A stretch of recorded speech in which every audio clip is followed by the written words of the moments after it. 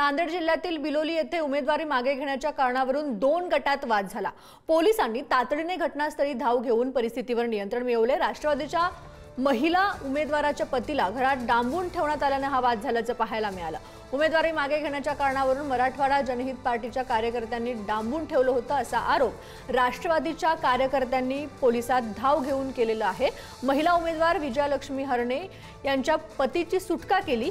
याच वेळी 2 गटात वाद झाला, मात्र पोलिसांनी मध्यस्थी केल्याने हा वाद निवळल्याचं पाहायला मिळतंय। तर नांदेडमधून प्रतिनिधी राजू गिरी आपल्याशी जोडले गेलेले आहेत, ते आपल्याला अधिकची माहिती देतील।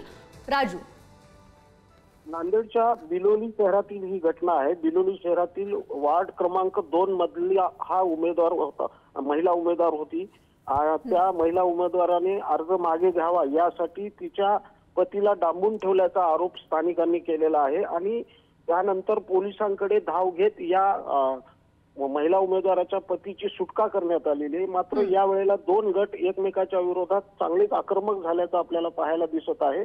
मात्र पोलिसांनी वेळेवर मध्यस्थी करत हा तणाव शांत केलेला आहे, जमावाला शांत केलेला आहे आणि आता हे निवडणुकीची उर्वरित प्रक्रिया सुरू आहे। धन्यवाद राजू, तुम्ही दिलेल्या या माहितीसाठी।